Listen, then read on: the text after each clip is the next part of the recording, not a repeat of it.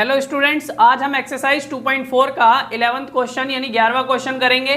इसमें एक ही पार्ट है, तो देखते हैं इसको कैसे करना है। इसको फैक्टराइज करना है, तो यहाँ क्वेश्चन मैंने लिख लिया है, सॉल्यूशन भी लिखा है। करना है फैक्टराइज, यानी इसको फैक्टराइज कैसे करेंगे, अलजेब्रिक आइडेंटिटी यूज करेंगे। पहले भी बताता आया हूँ, इन क्वेश्चंस में जब भी फैक्टराइज करने के लिए कहेगा तो अलजेब्रिक आइडेंटिटीज ही आपको यूज करनी है, और कौन सी यूज करनी है ये आपको अपने आप से समझना है। सारी अलजेब्रिक आइडेंटिटीज मैं आपको बता चुका हूँ अपनी इंट्रोडक्शन वाली वीडियो में।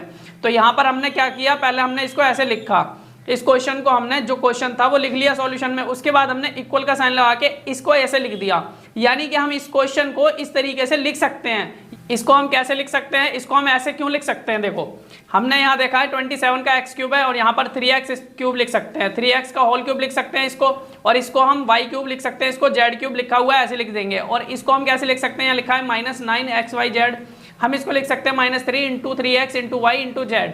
यहाँ इसको हमने तोड़ के ऐसे लिख दिया, क्यों लिख सकते हैं, क्योंकि x की वैल्यू हमारे पास 3x थी, इसलिए 3x लिखने के लिए हमने यहाँ पर 3x लिखा और 3 की मल्टीप्लाई इससे वापस करूंगा -9x आ जाएगा, तो इसका मतलब कुछ बिगड़ेगा नहीं ऐसे लिखूंगा तो। और y की जगह पे y, z की जगह पे z।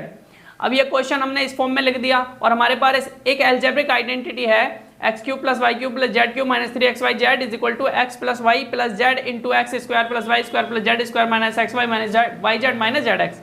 तो यहाँ पर ये जो क्वेश्चन लिखा हुआ है हम देख सकते हैं, ये क्वेश्चन हमारे पास जो लिखा है वो इस फॉर्म में लिखा हुआ है। हमने इस क्वेश्चन को इस फॉर्म में कर दिया है। यहाँ देखो एक्स क्यूब, यहाँ पर एक्स क्यूब लिखा है तो यहाँ ये पूरा का पूरा एक्स मान लेंगे, तो यहाँ क्यूब है, या वाई क्यूब या वाई क्यूब, या जेड क्यूब या जेड क्यूब, -3 एक्स की वैल्यू हमने 3x लिखी थी तो यहाँ 3x ले लिया, और वाई की वैल्यू वाई और जेड की वैल्यू जेड है यहाँ पर। तो अब क्या करेंगे हम, अगर ये क्वेश्चन इस फॉर्म में है तो इस वाली फॉर्म को यूज करेंगे इसको फैक्टराइज करने के लिए। तो यहाँ x की वैल्यू पहले रखनी है क्या, 3x रखा, प्लस है तो यहाँ प्लस y, तो y की जगह पे y, प्लस का z है तो प्लस का z की जगह पे z आना है, क्योंकि z की वैल्यू z ही है, क्यूब वाला नहीं रखना है यहाँ पर, इसके हिसाब से चलना है। ब्रैकेट में x की वैल्यू हमारे पास 3x है, 3x लिख लिया, यहाँ स्क्वायर है तो इस पूरे पे स्क्वायर लगाएंगे। अब प्लस y है तो प्लस y लिखा, इस पे स्क्वायर लग रहा है तो यहाँ भी लिख लिया, z स्क्वायर लिख लिया, क्योंकि यहाँ पर z की वैल्यू भी z ही है, यहाँ स्क्वायर है तो इसलिए स्क्वायर लगाया, यहाँ वाला नहीं लगाना। माइनस की जगह पे माइनस और x की वैल्यू 3x, y की जगह पे y इंटू में करके और -y, फिर इंटू में z, फिर -z, फिर इंटू में x की जगह पे 3x।